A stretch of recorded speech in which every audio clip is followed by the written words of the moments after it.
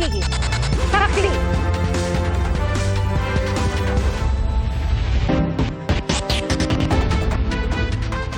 Ipinatatawag na ng pulisya ang 5 lalaking nahulikam na unang nagsindi at nag-iwan ng paputok na napulot umano at ikinasawi ng batang lalaki sa Maynila. Pinagsisira naman ng Calabarzon Police ang mga nakumpiskang iligal na paputok sa iba't ibang operasyon. Saksi, si John Consulta.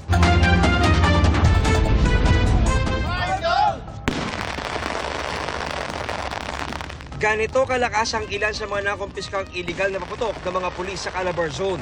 Mahigit 4 na milyong pisong halaga ng mga pinagbabawal na paputok sa 300 operasyon ang kanilang nasamsam. Ang iba sa mga ito nilubog sa malalaking drum na puno ng tubig. Pinipirin at dinurog ang mga nakumpiskang boga. Ito na ngayon mga kapuso, no? Nasa gasaan na pero inaatrasan pa ng truck ng Philippine National Police itong mga boga, no?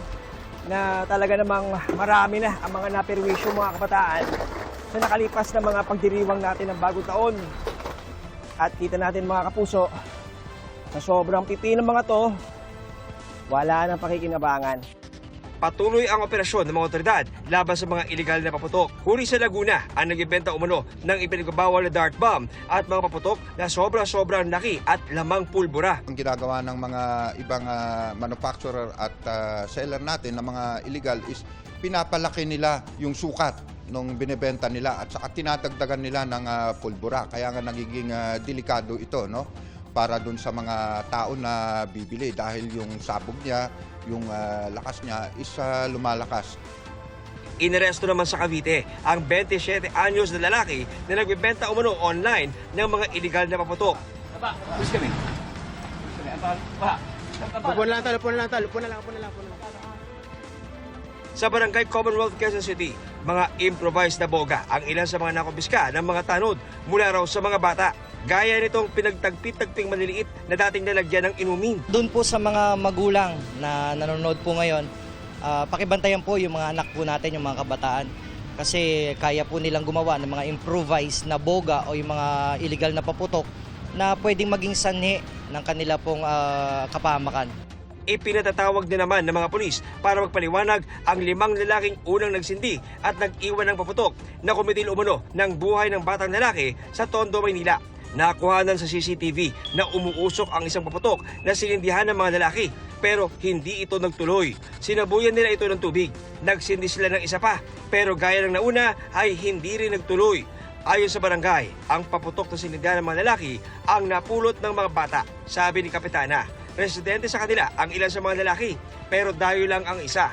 May sinasabi sila, barkada nila yun, nakapula. Taga Bulacan daw po yun. Yun daw po yung may dala ng paputok para mag-try kung malakas. Kaso, hindi naman siya pumutok. Posible ba silang maharap sa reklamo? Kasi lumalabas na binuhusan pala nila ng tubig yung paputok nung hindi talaga sumabog. Pamaris, titignan po natin doon sa course ng investigation. Kung meron po tayong makikita na pananagutan nilang kriminal, ay sasampahan po natin sila ng kaukulang reklamo. Sa tala ng Department of Health, umabot na sa 100 at 4 na po ang bilang ng firework-related injuries mula December 21 hanggang kaninang umaga. Kabilang sa mga sinugod sa East Avenue Medical Center, ang 14 anyos na lalaking 8 na lang ang daliri matapos masabugan ng kwitis ang kanyang kamay. Nalasog at kailangang ding putulin ang bahagi ng hinalato sa kanang kamay ng 40 anyos na biktima naman ng whistle bomb. Nakakonfine naman sa Tondo Medical Center ang 14 anyos na lalaking nasabugan ng tinatawag na King Kong at isa pa nagtamo ng matinding sugat sa paa matapos masabugan ng plapla. Nagpaalala ang mga doktor sa panganib na pwedeng idulot ng tetano na maaari raw makuha sa mararaming sugat dulot ng paputok. Importante na mabigyan siya ng tinatawag natin na tetanus prophylaxis. So pag hindi po ito naagapan, okay, po siya, pwede pong ikasawi ng isang tao. Para maiwasang matetano, agad linisin ng tubig at sabon ang sugat. Maaari raw balutin ng malinis sa tela pero huwag pahiran ng kung ano-ano gaya ng toothpaste o ointment. All fireworks-related injuries are dirty wounds and tetanus-prone wounds. So kahit maliit na sugat yan, I advise all parents to bring their child to the emergency department for a booster shot for tetanus. Para sa GMA Integrated News, ako si John Consulta, ang inyong saksi. Arestado na ang babaeng nagpanggap umanong nurse at tumangay sa isang sanggol sa Amang Rodriguez Memorial Medical Center. Kasama sa hinuli ang nobyo ng babae. Saksi si Bernadette Reyes. Sa wakas, muling nayakap ng kanyang ina si Baby Ryu, ang sanggol na dinukot ng isang babaeng nagpanggap na nurse sa Amang Rodriguez Memorial Medical Center isang araw matapos ang Pasko. Kasi nakita ka rin sa... Emosyonal ang ina habang yakap ang anak. Humahagulgul naman ang naarestong suspect sa presinto habang naghahabilin sa mga kamag-anak. Sinubukan namin siyang makausap pero hindi siya nagpaunlak. Bandang alas 11 ng gabi noong December 26, habang nakabihis ng pang-nurse, pumasok ang suspect sa kwarto ng biktima at nagtanong kung may mga sanggol pang hindi sumasa ilalim sa newborn screening. Sa pag-aakalang lehitimong nurse ng ospital ang suspect, pinagkatiwala ng nanay si Baby Ryu na ibabalik raw bago magtanghali kinabukasan. Pero hindi binalik ang sanggol. Agad nagsagawa ng operasyon ng pulisya para matunto ng sanggol. Sa pamamagitan ng mga CCTV, napag-alamang mula sa ospital, nagtungo sa isang mall ang babae bitbit ang sanggol. Mula naman doon, nagpunta ang suspect sa Rizal Medical Center sa Pasig. Dito siya sinundo ng isang lalaki na sinasabing boyfriend niya. Nakita rin po natin kung anong oras po din siya umalis dun sa RMC at kung ano po yung sasakyan na kanyang sinakyan. At doon din po natin nakita na mayroon na rin pong susundo po sa kanya na lalaki po. Nagawa po niya yon dahil she's claiming na kakakunan lang po niya. At yung accordingly, yung baby po na kanyang dinadala ay nasa hospital pa. At ayaw niya pong ma-fail yung mga kamag-anak niya. Naaresto ang magnobyo na kapwa na haharap sa reklamong kidnapping at failure to return a minor. Nabawi naman si Baby Ryu. Pero paglilinaw ng kaanak ng lalaki, wala raw alam ang lalaki na nakaw ang sanggol. Wala po talaga siyang alam. Kasi ang pagkakaano lang ho talaga na sa kanila yung baby. Pero kahapon na lang namin nalaman lahat. Pinapalabas niya na anak nila yon. So yun yung paniniwala. Yun din ang sinasabi sa amin na anak nila yun. Pero yun pala, hindi pala sa kanila yun. Kasi kung napagkaalaman na hindi naman talaga sa kanila yun, ibabalik ko namin yun. Ayon sa pamunuan ng Amang Rodriguez Memorial Medical Center, sa pinto nitong emergency room, inilabas ng suspect ang sanggol. Kaya naman, magpapatupad raw ng mas mahigpit na panuntunan ng ospital para hindi na ito maulit. Nakisabayan siya sa labas sa ER. Kasi of course, may commotion, maraming tao sa emergency room. We will heighten our measures for the protection. Yung isa sa in-implement ko, yung stricter na entry and exit. Kasi pag enter, pag naka-scrub suit ka, dapat may ID ka. So dapat the security will be asking if they're uniformed as a health worker, dapat may ID ka of that facility. Pangalawa, yung paglabas. Kasi apparently, ang ginawa nito, dumaan siya sa emergency department. Kasi sa emergency department, hindi masyadong chine-check. So hihigpitan din namin ang exit ng mga bata sa emergency department. Kailangan may papeles din siya. Isa pang katulad na insidente ang naitala naman sa Tondo Medical Center. I received a call po, December 29, madaling araw po, ng mga past 1 a.m. Ang sinabi po sa akin ng senior house officer, meron pong attempted kidnapping of a newborn. Ang nakahuli po ay yung isang nurse ko na nakita na niya na hawak na yung bata nung suspect. So, hawak na po niya. Nung sinita niya, medyo nataranta yung babae, ibinalik sa nanay, tapos dali-daling umalis. Naaresto at nakakulong ngayon ng suspect pero tumanggi rin siyang magbigay ng pahayag. Ayon sa DOH, malaking tulong ang mga CCTV para agad matukoy ang mga suspect. Pero lalo pa raw nilang tututukan ng seguridad sa ospital para hindi na ito maulit.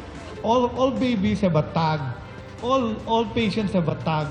That's why there's a tag. There's a system in place. The systems are in place. But in fact, it's a lesson also for us na dapat walang guards down because this thing can happen. Para sa GMA Integrated News, Bernadette Reyes, ang inyong saksi. Bukod po sa pag-iwas sa paggamit ng iligal na paputok, nagpaalala rin ng Bureau of Fire Protection sa mga mamimili na maging maingat sa pagdadala at pagbiyahe ng mga bibilhing paputok. Saksi si Chino Gaston. Ang sinapit ng mag-amang bumili ng paputok sa Santa Barbara, Pangasinan ang dapat pag-ingatan ngayon ng iba pang namimili ng paputok. Bitbit nila ang mga binili habang sakay ng motorsiklo nang bigla itong sumindi at sumabog. Sugatan ang mag-ama kaya isinugod sa ospital. Habang sunog naman ang harapang bahagi ng motorsiklo at napinsala ang mga bintana sa lugar. Hinihinalang nadikit sa tambutsyo ang dala nilang kwitis o sumayad sa semento kaya nakiskis at mag-isang sumindi. Kaya rito sa Bukawi, Bulacan, kasama sa mga pinag-iingat ng mga otoridad at fireworks retailers ang mga customer nilang nakamotorsiklo. Dahil nakabilad sa init at pwede ding ulanin ang mga biniling pailaw at paputok, dagdag packaging ang ipinapayo sa mga fireworks retailers. Napaka-sensitive talaga kasi ng ignition ng firecrackers and pyrotechnics. Kaya dapat talaga sa ilagay sa tamang lalagyanan. Yung boxer na secured o di kaya yung mga plastic na naka-sealed. I-make sure na i-secure yung mga fireworks like using tape para ma-make sure natin na hindi siya aalog or malalaglag sa daan. Bukod sa packaging, mahalaga ang maayos na pagsasalansan. Kahon-kahon pa naman ang ikinakarga sa mga sasakyan ng ilang mamimili. Lalo-lalo na sir, yung mga tinagtatanong sila kung safe ba sir kung nasa likod ng sasakyan, nasa loob ng sasakyan. Ang inaano po namin sir na wag lang po siyang mababasa. Safe na safe po siya. No smoking, ganon. Safety muna bago para iwas aksidente. Basta maayos lang po yung lagay sa sa sasakyan, maayos yung patas para hindi pakalog-kalog yung basta secure lang, hindi kumakalog yung mga paputok. Bukod sa mayat-mayang pag-iikot at inspeksyon, namigay din ng mga polyetos sa mga mamimili ang ilang miyembro ng PNP. Mga safety needs po natin para sa pagsalubong natin sa bagong taon, mga dapat gawin at mga dapat bawal na hindi dapat gawin. Kasama sa mga paalala ng PNP ang huwag nang gumamit ng mga paputok at sa halip kaldero, torotot, sound system o ibang bagay na lang para maglikha ng ingay. Iwasan ang mga iligal na paputok gaya ng piccolo at mga hindi rehistradong firecrackers. Huwag damputin ang mga hindi sumisinding paputok.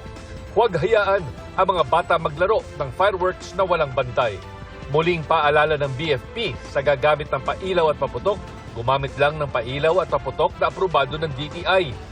Huwag hahawakan ang mga pailaw at paputok kung sisindihan at tiyaking malayo sa tao at kabahayan ang pagsisindihan ng mga ito. Para sa GMA Integrated News, Chino Gaston ang inyong saksi. Inanay ang mga inipong 500 pisong perang papel ng isang lalaki. Mapapalitan pa ba ang ipon niyang aabot sa 25,000 piso? Saksi si Ma'am Gonzales. Pera na inanay pa. Lumong-lumo ang uploader ng video na ito dahil magpapasko siyang walang ipon. Ang itinabi kasi niyang tigli 500 pisong perang papel, nagkasira-sira dahil sa anay. Kwento ni Cirilo Bitang, 1 taon niyang inipon ang 25,000 pesos. Itinago niya ito sa isang tip box na gawa sa kahoy at inilagay sa locker. Chinek pa niya ito noong huling linggo ng November, maayos naman ang pera. Pero nang tingnan niya ulit noong December 19, inanay na ang ipon niya. May anay rin daw pala kasi ang dibisyon ng kwarto kaya hindi na ito naagapan. Sa 25,000 pesos, isang pirasong 500 peso polymer bill lang ang natira sa kanya. Itinuturing ng Bangko Sentral ng Pilipinas na mutilated banknotes ang perang gaya kay Cirilo. Ang mga mutilated banknotes ay ang mga klase ng pera na sira-sira katulad ng nasunog, inanay, o nginat-ngat ng aso.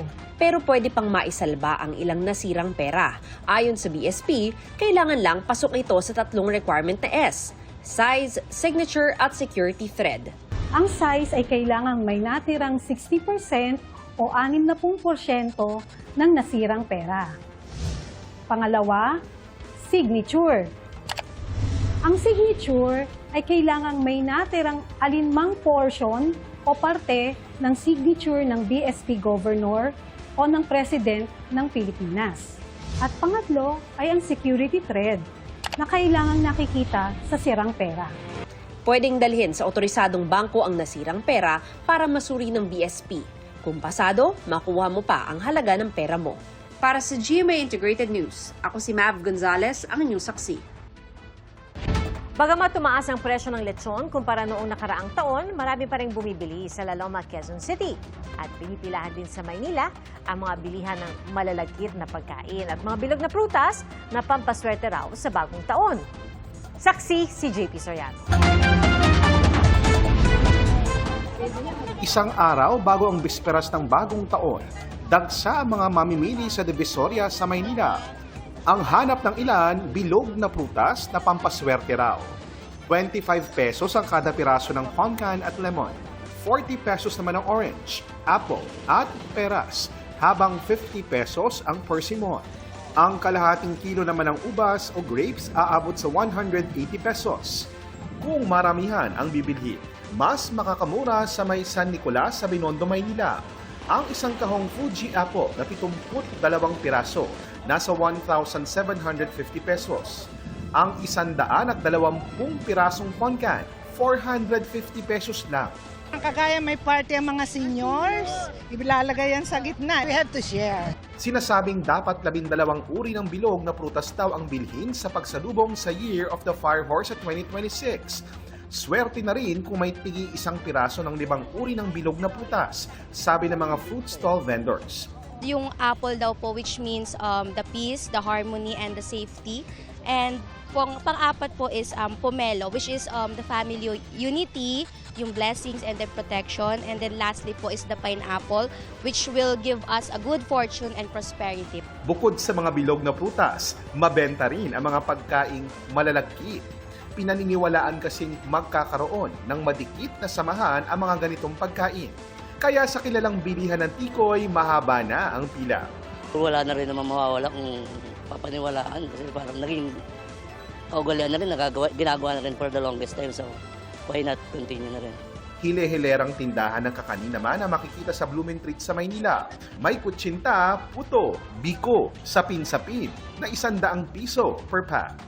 Eh sabi nila kailangan daw na merong malagkit para, ano bang tawag doon? Malagkit na samahan. May pre-order po. Tapos online din po. Depende po, sir. Halimbawa po kung may customer na gustong umorder ng umaga tapos pick up ng hapon, ganyan. Pamahiin po talaga. Kung medyo nakakaluwag-luwag, lechon ang handa sa medianoche. Kahit mga tumaas na ang presyo nito kumpara noong nakaraang taon, marami pa rin ang bumibili sa La Loma, Quezon City. Nasubukan nga raw ang galing sa tawaran ng ilang mamimili. 14 million eh. Natawaran ko, naging 10. Okay na ho yun? Okay na. Sabi ng ilang nagtitinda, malaki ang ibinaba ng kanilang benta kung ikukumpara sa mga nakaraang taon. Siguro po nasa mga 30% to 40% na nawala. Hindi ho naka-apekto yung ASF sa benta nyo? Hindi naman po. Dahil talagang free po rito sa La Loma. Talagang yung kakulangan lang ng pera ng mga customer. Opo, yun na lang talaga dahil sobrang taas po ng baboy. Nag-iikot ang mga kawani ng Quezon City Veterinary Department para matiyak na sumusunod sa kanilang panuntunan ang mga lechonero. Bawal na ang pagkatay ng mga baboy dito at dapat ginagawa ito sa accredited na slaughterhouse. Ayon sa ilang tindahan, karamihan sa kanilang mga lulutuing lechon simula bukas sa madaling araw, may naka-order na. Umaasa silang madadagdagan ang mga walk-in para naman daw madagdagan ang kanilang benta at makabawi sa mga mababang benta nitong nagdaang Pasko. Para sa GMA Integrated News, ako po si JP Soriano, ang inyong saksi. Sinabi po ngayon ni Executive Secretary Ralph Recto na binubusisi na ni Pangulong Bongbong Marcos at ng kanyang economic team ang panukalang budget para sa susunod na taon. Inaasang sa unang linggo ng Enero, malalagdaan ng Pangulo ang panukala. Saksi, si Evan Mayrina. Kasama ang unang ginang at kanilang 3 anak, pinangunahan ni Pangulong Bongbong Marcos ang paggunita sa ika-100 at 29 na anibersaryo ng pagkamatay ni Gat Jose Rizal sa Rizal Park. Ang pagkamatay ni Rizal noong 1896, isa sa mga naging mitya ng revolusyong tumapos sa mahigit 3 siglong pananakop ng mga Kastila sa Pilipinas. Sa pag-alala sa ambag na yan, sinabi ng Pangulo ngayon naghahanap ang mga Pilipino ng katapatan at pananagutan sa mga namumuno sa bansa. Maaring maging gabay ang halimbawa ni Rizal sa pagmamahal sa bayan, paggalang sa katotohanan, pagsulong sa reforma at ang tapang na ipahayag at ipaglaban ng tama. Naging abala rin siya sa ibang aktibidad maghapon, kabilang ang paggawad ng Order of Lacandula na may ranggong bayani kay yumaong Migrant Workers Affairs Secretary Toots Ople at pagtanggap kay film singer at America's Got Talent winner Jessica Sanchez na naimbitahan ding mag-perform para sa pagbubukas ng ASEAN Summit sa Mayo ng susunod na taon. Ngayong araw din binisita at pinasalamatan naman ng Pangulo ang pagtitipon ng mga taga-suporta. Sa parehong araw yan ang paglabas ng resulta ng Pulse Asia Survey na isinagawa nitong December 12 hanggang 15. Dito lumabas sa mas nakararami sa mga sinurvey ay hindi approve sa kanyang performance at wala ring tiwala sa kanya. Approve naman ang busy sa mga sinurvey at mas mataas din ang nakuha niyang trust rating. Ayon sa palasyo, ano man ang resulta ng mga survey, mataas man o mababa, hindi raw ito nakaapekto sa trabaho ng Pangulo ayon sa palasyo, lalo na kung ito ay para wakasan ang katiwalian. Dagdag nito, kung mababang rating ay dahil sa investigasyon sa maanumalyang flood control project, hindi ito iindahin ng Pangulo dahil hindi man popular, ay ito naman daw ay tamang desisyon. Tanong pa ni Palace Press Officer Claire Castro, mataas nga ang rating ng nakarang administrasyon, pero may nais o libang kickback o may napanagot ba kahit may mga ghost project na noong mga panahon na yon? Siksik man ang schedule ng Pangulo ngayong holiday, kailangan niya ring harapin ang panukalang budget na niratipikahan ng Senado at Kamara kahapon. Ayon kay Executive Secretary Ralph Recto, mismo ang Pangulo at ang kanyang team ang bumubusisi sa lahat ng alokasyon at probisyon ng panukala para malaman ang pagkakaiba sa National Expenditure Program ng Ehekutibo. Inaasahang malalagdaan ito ng Pangulo sa unang linggo ng Enero, ayon kay Recto. Para sa GMA Integrated News, ako si Ivan Mayrina, ang inyong saksi. Chinese national ang kapwa-akusado nila dating presidential spokesperson Harry Roque at Cassandra Ong sa kasong qualified trafficking, arestado sa Pampanga. Ayon sa CIDG, Administrative Officer ng umano'y Pogo Hub na Lucky South 99 ang 44 anyos na lalaking kinilala nilang si Boss Terry. Sangkot din umano siya sa pangtutorture ng Chinese Pogo employees. Ikatlo na si Boss Terry sa mga naaresto mula sa 51 kinasuhan.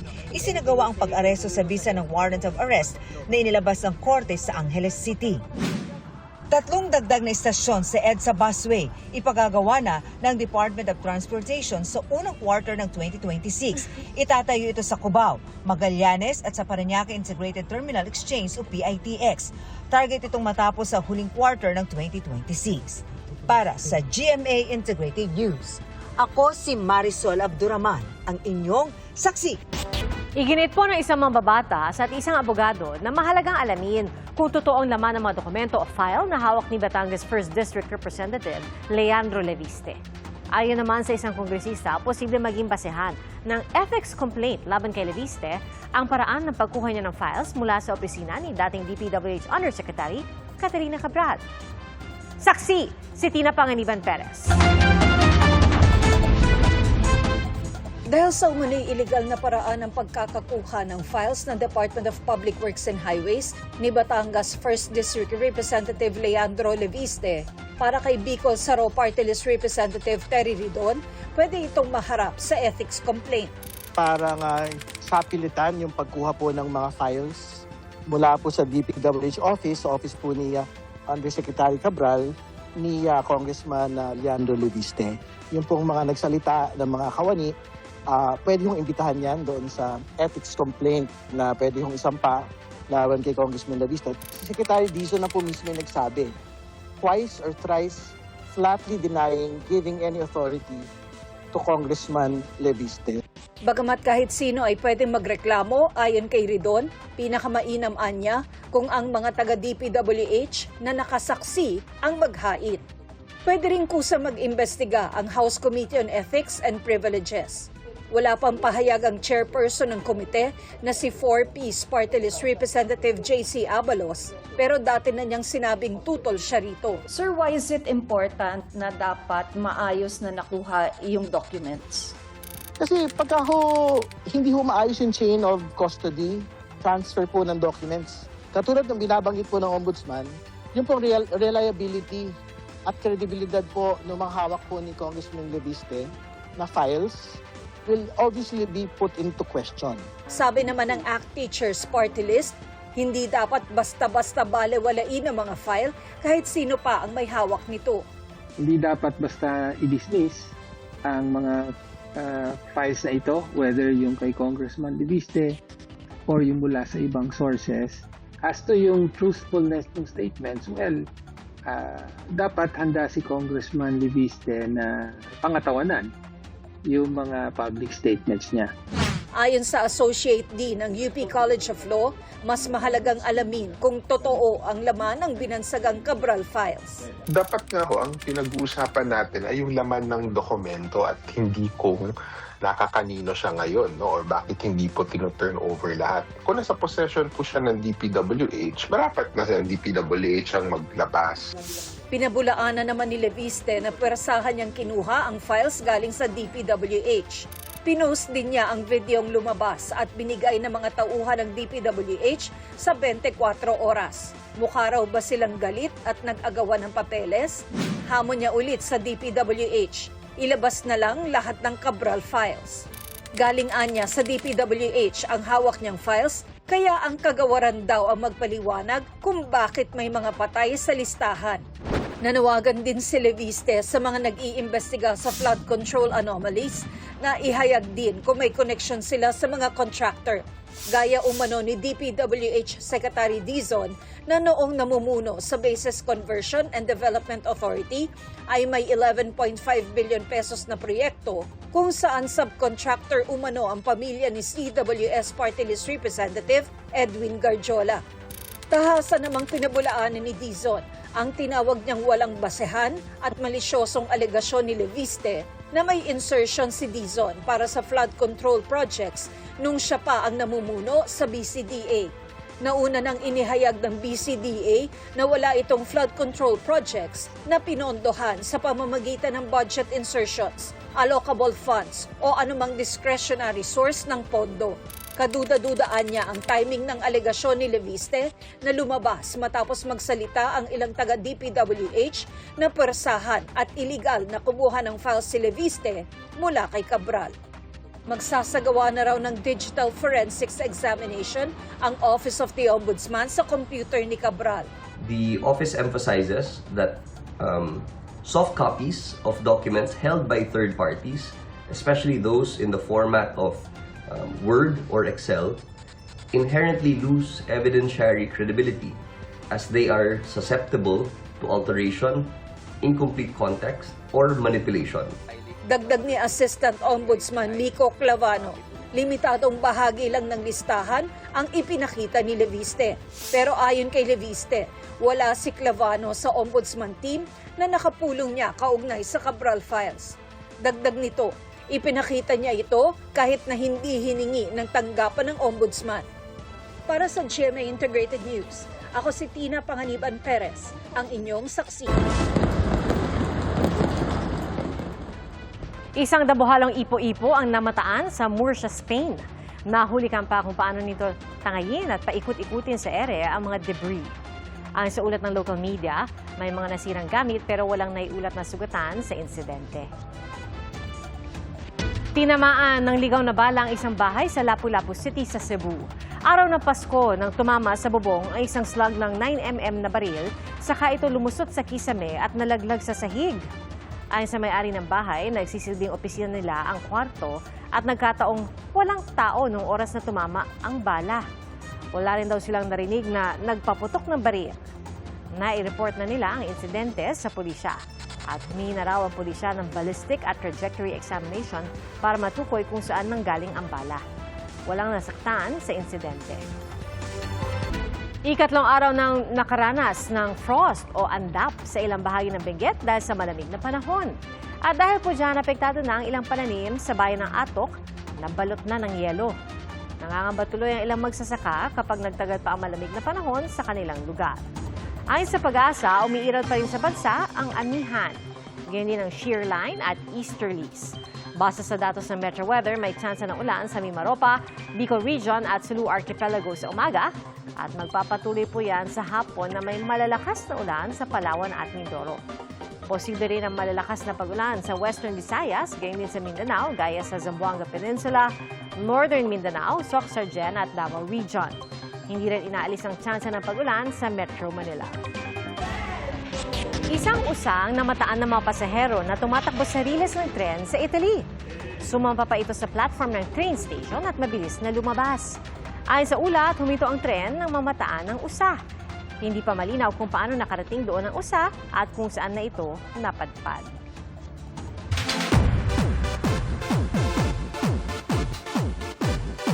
Abala na sa pag-ensayo ang mga Kapuso Star para sa Kapuso Countdown to 2026 bukas sa Pasay City. At kabilang sa mga dapat abangan ay ang dance number ng Pinoy Big Brother Celebrity Collab Edition, Ex-Housemates. Handa na ring makipagbiritan si Sangre Dea, Angel Guardian. At kasama rin sasalubong sa 2026 sina Julian San Jose, Raver at Rodjun Cruz, Christian Bautista at marami pang iba. May special participation din ng K-pop group na AHO. So ngayon po talaga, it's our first rehearsal all together on stage din po para preparations to perform for you guys. Siyempre, Happy New Year. Gusto natin ng pasabog na performance coming into the new year. Good vibes na tayo agad, di ba? Masaya dahil mga kasing-along sila. Dahil very familiar yung song at very relatable din. Maraming pasabog dito, hindi lang ng fireworks pero ng mga performances. Mapapanood ang Kapuso Countdown to 2026 simula alas 10:30 ng gabi bukas dito po sa GMA pagkatapos ng Saksi. Pami-pamilya o kaya magbabarkada ang nasa Marikina City Sports Center naman para sa libreng year-end concert doon. At Saksi live si EJ Gomez. EJ! Tia, dito nga sa Marikina City, nagtipon-tipon ng maraming tao. May mga residente at dayo pa. Para yan sa ginanap na libreng concert dito sa lungsod, kasama na ang engrandeng fireworks display. Marami ang nagtipon-tipon sa Marikina Sports Center ngayong gabi kung saan ginanap ang libreng pa-concert ng lungsod. May mga nandito na residente ng Marikina. Meron ding mga galing pa sa iba't ibang syudad sa Metro Manila. May mga nandito kasama ang kanilang mga pamilya. May mga magbabarkada at magkakasintahan. Bukas pa kasi dito sa QC for family bukas, diba? So dito, for friends, para maka-bonding yung mga friends ko. First na po namin yan. Ang gusto namin, maging masayang bata, maranasan niyo yung ganitong event sa Marikina. Kaya kahit taga-Cainta kami, pumunta kami dito para lang sa apo namin. Parang naging tradition na rin po na every year nagpupunta po kami dito sa Marikina. Bukod po dun sa kung sino po yung star ng magpe-perform, yun po yung fireworks and yung essence po ng family po. Bonding? Opo, yung bonding po. I'm proud Marikenyo! Yes, syempre, inaabangan natin dito yung fireworks display, pati yung Buksan 2025. Syempre, sa Marikina, iba ang saya. At talaga namang level up sa Marikina. Kaya tara na sa Marikina, makisaya ka na. Happy New Year!